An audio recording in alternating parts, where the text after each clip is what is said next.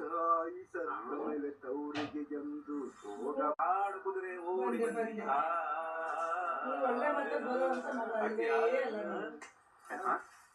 ಅಡಿಲ ಕಾಯ್ದ ಏನಪ್ಪ ಅಂದ್ರೆ ಹೇ ಬಾಲೆ